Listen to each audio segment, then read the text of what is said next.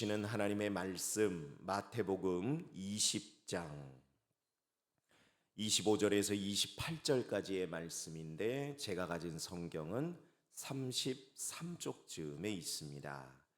길지 않은 말씀입니다. 한 목소리로 읽을 거니까요. 성경 가지고 오신 분들 다 찾으시고 또 없으신 분들 화면 함께 보시고 저와 한 목소리로 천천히 함께 읽겠습니다. 시작. 예수께서 제자들을 불러다가 이르시되 이방인의 집권자들이 그들을 임의로 주관하고 그 고관들이 그들에게 권세를 부리는 줄을 너희가 알거니와 너희 중에는 그렇지 않아야 하나니 그런 중에 누구든지 크고자 하는 자는 너희를 섬기는 자가 되고 너희 중에 누구든지 으뜸이 되고자 하는 자는 너희의 종이 되어야 하리라. 인자가 온 것은 섬김을 받으려 함이 아니라 도리어 섬기려 하고 자기 목숨을 많은 사람의 대속물로 주려 함이니라. 아멘. 아멘. 여러분 아시는 것처럼 계속해서 우리 장로님들이 나오셔서 귀한 하나님의 말씀 간증과 함께 전해주고 계시는데 오늘은 이종호 장로님께서 나오셔서 제목이 아주 멋집니다. 하나님이 대한민국을 이처럼 사랑하사라는 제목으로 은혜의 메시지 전하실 때 여러분 많은 은혜 받으시기 바랍니다.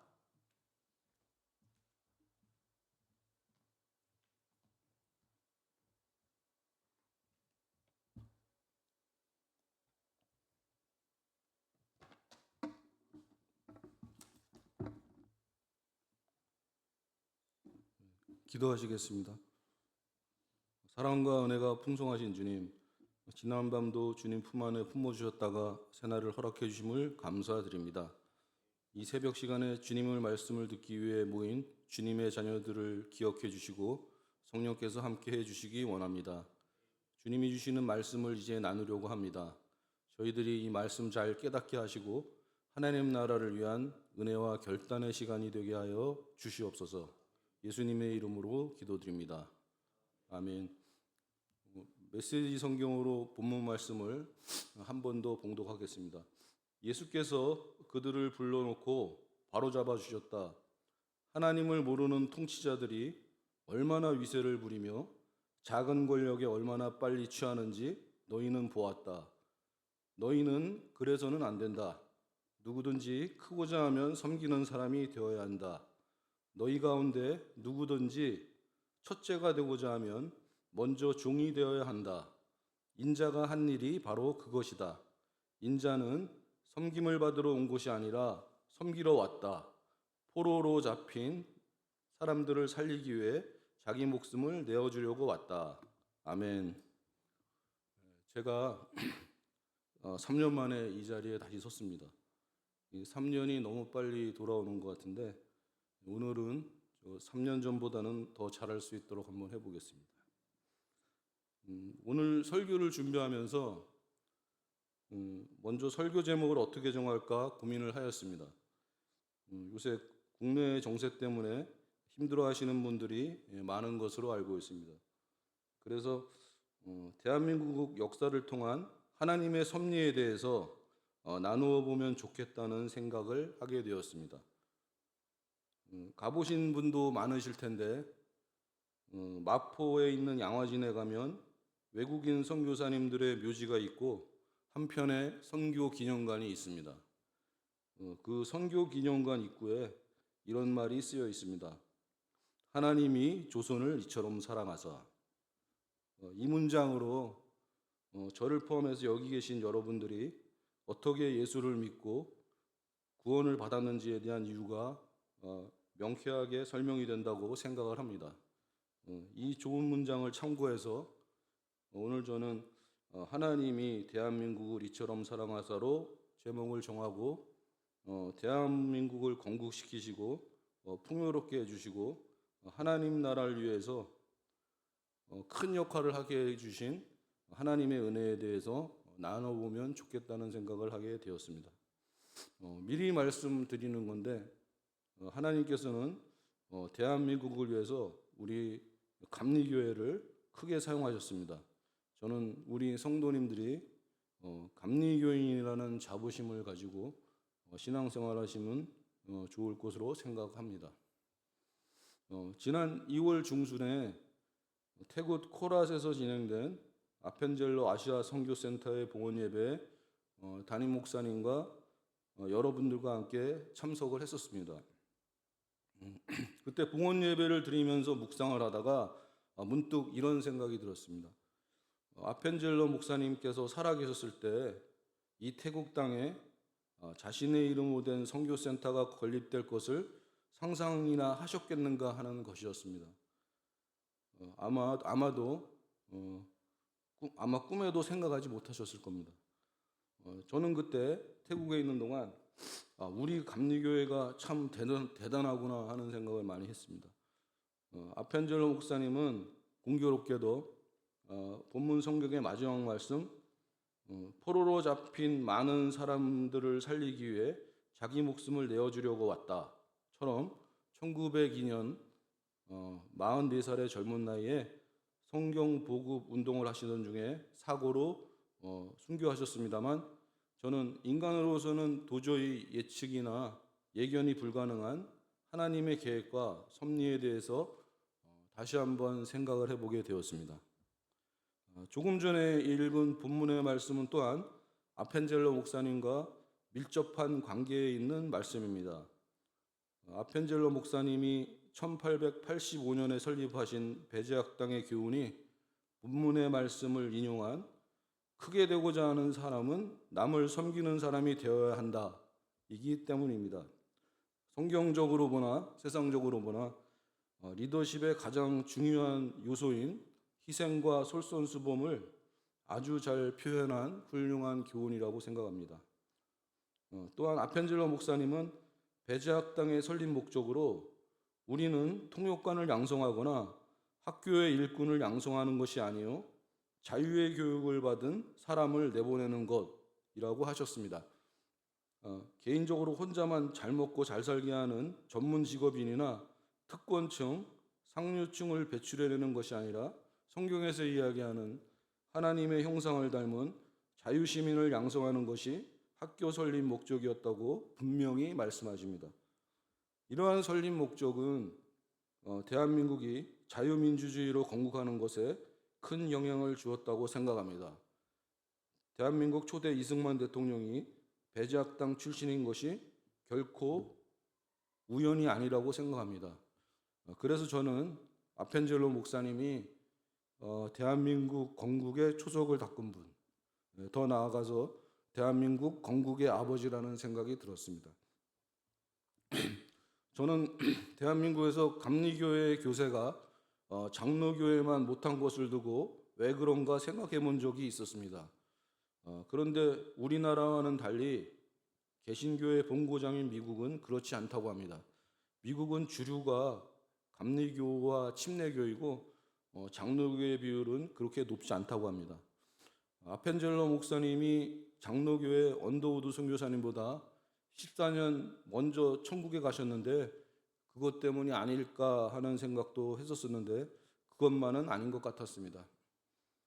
제가 전에 선교단체에서 선교훈련을 받은 적이 있었는데 선교 역사를 공부하다가 그 이유를 알 수 있었습니다. 장로교회 언더우드 선교사님이 입국한 다음에 미국으로 첫 번째 선교 보고서를 보냈는데 거기에 이렇게 쓰여 있습니다. 씨를 뿌리러 왔는데 벌써 추수하게 되었습니다. 하나님께서 이 땅에 나를 보내신 것은 하나님께서 뿌리신 씨를 추수하기 위함이었습니다. 이 말은 언더우드 선교사님이 오시기 전에 이미 이 땅에 장로교인이 있었다는 이야기입니다. 우리나라 최초의 장로교회가 광화문 내거리에서 서대문 쪽으로 가다가 있는 세문안교회인데 그 교회의 역사서에는 또 이렇게 쓰여 있습니다. 언더우드는 1887년 9월 27일 정동에 있는 자기 집 사랑방에 14명의 조선인 신자들과 함께 예배를 드렸는데 이것이 세문안교회의 시작이었다. 교회 창립에 모인 14명 중 13명은 언더우드가 입국하기 전 만주 심양에서 존 로스 목사로부터 세례를 받았던 서상현 등의 인도로 이미 신자가 된 이들이었다. 여기 세문안교회 기록에 나오는 존 로스 목사님은 영국 스코틀랜드 출신의 장로교 중국 선교사입니다. 만주 심양에 있는 동관교회에서 사역하고 계셨는데 이때 우리나라 그러니까 조선 선교에 대한 비전을 가지고 만주를 오가는 평안도 의주 상인들에게 전도를 하셨고 한문으로 된 중국어 성경을 조선어로 번역하는 사역을 의주 상인 출신 등과 함께 진행하였습니다. 저는 2008년도에 연변 지역의 의료 선교를 갔다가 존 로스 목사님이 사역했던 동관교회를 방문했었고 조선어 성경을 번역한 그 역사적인 장소에도 가보았습니다. 거기에 정식으로 번역한 성경 외에도 한글로 초벌 번역한 성경이 또 정신되어 있었는데 당연한 이야기지만 초벌 번역한 성경이 평안도 사투리로 되어 있어서 재미있었고 인상적이었던 기억이 있습니다. 그리고 여기서 우리가 상식적으로 알고 있어야 할 것이 한 가지 있습니다. 이 성경 번역에 참여한 분 중에 의주상인 출신의 백홍준 장로님이라고 계시는데 이분이 우리 개신교 최초의 순교자십니다. 이분은 1893년에 성경 보급운동과 전도 집회를 주선하시다가 평양감사에게 체포되어서 고문당하시다가 옥중에서 순교하셨습니다. 공교롭게도 아펜젤로 목사님도 성경 보급운동을 하시다가 순교하셨는데 우리 믿음의 선조들은 그때 목숨을 걸고 전도를 하고 신앙생활을 하셨던 것 같습니다. 믿음의 선진들의 이러한 희생과 헌신 덕분에 우리가 지금 신앙의 자유를 누리고 편안하게 신앙생활을 하고 있는 것입니다. 요새 저는 부쩍 우리 후손들은 그렇지 않을 수도 있겠다는 생각이 드는데 우리 후손들이 신앙의 자유를 누리고 살아가게 하도록 해주는 것이 우리가 해야 할 큰 사명이라고 생각합니다. 이렇게 장로교회가 이미 순교자도 나오고 시장을 상당히 점유한 상황이기 때문에 지금도 우리나라에서는 감리교회 교세가 장로교와 조금 차이 나는 것이라고 생각합니다. 감리교회가 초기에는 조직화는 좀 늦었지만 아펜젤러 목사님은 기존의 교육 사업 외에도 스크랜튼 선교사와 협력하여서 이어학당을 통한 여성 교육과 의료 사업에도 열정을 바치셨습니다. 감리교가 장로교와 대비되는 것 중에 하나가 여성 목회자와 장로를 다른 교단보다 먼저 인정하였다는 것인데 이것도 여성들의 인권을 소중하게 생각하셨던 아펜젤로 목사님의 영향이라고 생각합니다. 여기에 계시는 우리 불꽃교회 여자 성도님들은 남자 성도님들보다 아펜젤로 목사님을 훨씬 더 존경하셔야 할 줄로 생각합니다. 아펜젤로 목사님은 1887년부터 배제학당에서 신학교육을 시작을 했는데 이 배제학당 신학부가 현재 감리교 신학대학의 모체입니다. 저는 우리 감리교 신학대학이 우리나라 최초의 근대적 교육기관이라고 생각합니다. 최초의 근대적 교육기관이 연세대나 이화여대 혹은 성균관대라고 주장하는 사람이 있는데 저는 실제적인 사실과는 다르다고 생각합니다. 배제학당 신학부, 그러니까 감리교 신학대학 출신으로 이윤영 목사님이라고 계시는데 이분이 대한민국 초대 재헌의회 국회의원이셨고 1948년 5월 31일에 재헌의회의 첫 회의가 시작하기 전에 임시 국회의장이었던 이승만 국회의장의 요청으로 기도를 하신 분입니다. 그러니까 대한민국이 감리교인의 기도로부터 시작된 것입니다. 대한민국 초대 대통령 선거는 1948년 7월 20일 재헌의회에서 국회의원들의 간접 선거로 치루어졌는데 이승만 대통령이 198표 중 185표인 92.5%의 득표율로 대통령에 당선되었습니다. 상대방인 김구 선생은 13표를 얻어서 득표율은 겨우 6.5%입니다. 이 정도면 이승만 대통령이 당시에 다른 사람과 비교가 불가능한 엄청나게 훌륭한 인물이라고 인정을 해야 할 것입니다. 요새 이승만 대통령과 김구 선생에 대해서 반대로 생각하는 사람도 있는 것 같은데 당시의 상황에 대해서는 우리가 제대로 모르거나 잘못 알고 있는 부분이 상당히 많이 있는 것 같습니다. 교회를 공격하는 적그리도 세력이 선동에 휘둘리는 일이 없도록 우리가 깨어 있어야 할 것입니다. 초대 대통령인 이승만 대통령은 젊은 시절에 독립운동을 하시느라 외국에 있었던 적이 많았지만 감리교 장로이고 공식적으로는 정동 제1감리교회의 명예 장로였습니다. 감리교를 자랑하는 김에 하나 더 말씀드리면 오늘 부른 찬송가 삼천리반도 금수강사는 독립운동 가셨던 남궁옥 장로님이 작사하신 노래인데 이분도 감리교인입니다. 이 찬송은 이승만 대통령이 가장 좋아하셨던 찬송으로 일제시대 때는 금지곡이었다고 합니다. 청년 시절의 이승만은 과거 시험을 통해 출세를 하려고 하였습니다. 그런데 1894년에 과거제도가 폐지되면서 방황하였습니다. 영어를 잘하면 출세할 수 있다는 친구의 말을 듣고 그는 같은 해 배지학당에 입학합니다. 이때부터 아펜젤러 목사님은 청년 이승만을 양육하게 됩니다. 아펜젤러 목사님은 애국가를 부르게 하고 태극기도 개항하게 하고 학생들과 성경을 읽고 하나님께 기도하는 일을 함께 하였습니다. 확실한 교육 철학을 가지고 있던 아펜젤러 목사님은 복음이 담겨진 교육을 통해서 민족의 지도자들을 키워나가기를 다짐하면서 이렇게 말씀하셨습니다.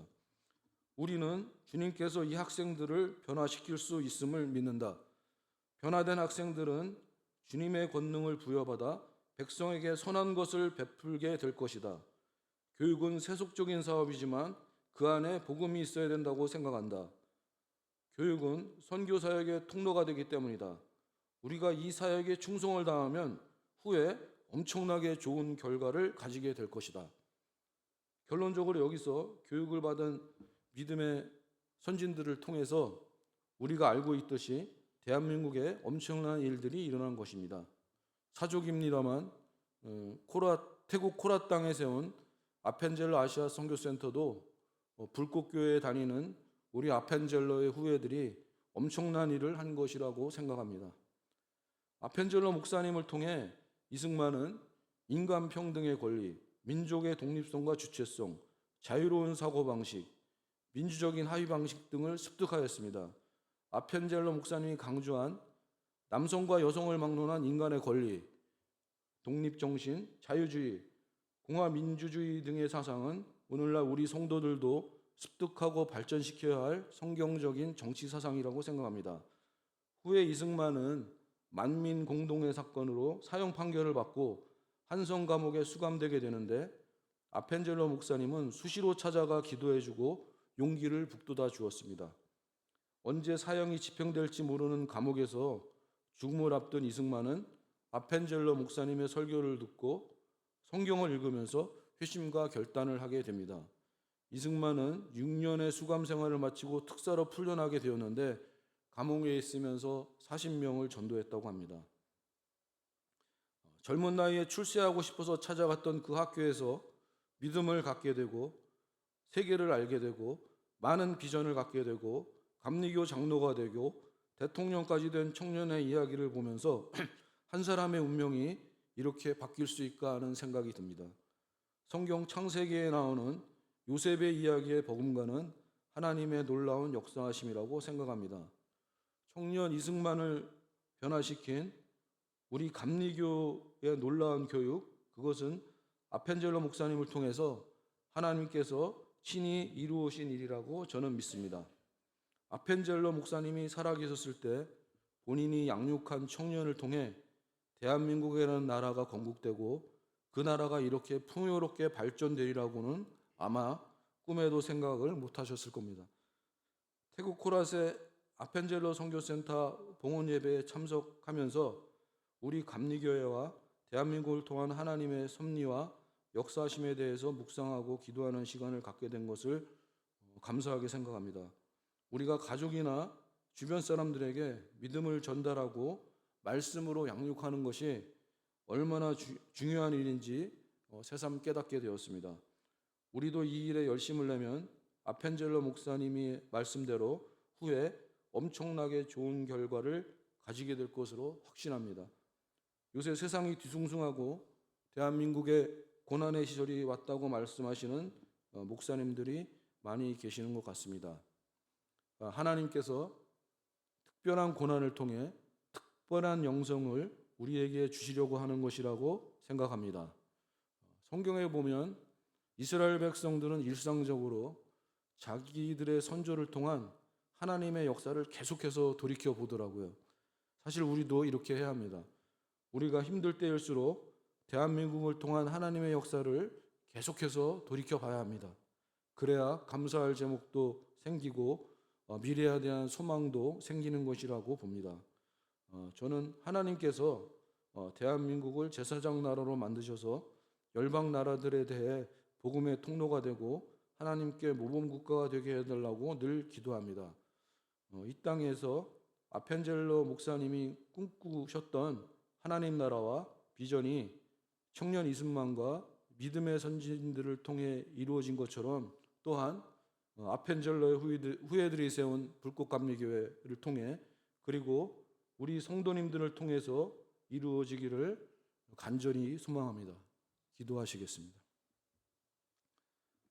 사랑과 은혜가 충만하신 하나님 아버지, 타락한 조선이라는 국가와 그 속에 살던 무지몽매한 사람들을 불쌍히 여기셔서 140년 전에 아펜젤러 목사님을 보내주심에 감사드립니다. 아펜젤러 목사님을 통해 전해주신 복음으로 구원을 얻게 하시고 대한민국이라는 새로운 민주공화국의 자유시민이 되게 하신 것 감사드립니다. 대한민국을 통해 역사하신 하나님의 놀라운 사랑을 찬양합니다. 하나님이 크게 사용하시는 모범국가가 되게 하여 주시고 세계 열방을 향한 복음의 통로가 되게 하여 주시옵소서. 저희들의 소망을 담아서 주님께 드리는 예물이 있습니다. 저희의 예물을 받아주시고 주님의 이름으로 간구할 때 가장 좋은 것으로 채워주실 줄 믿습니다. 이제 새날을 시작합니다. 주님과 동행하게 하시고 많은 성령의 열매들을 맺을 수 있도록 큰 은혜를 내려 주시옵소서. 예수님의 이름으로 기도드립니다. 아멘.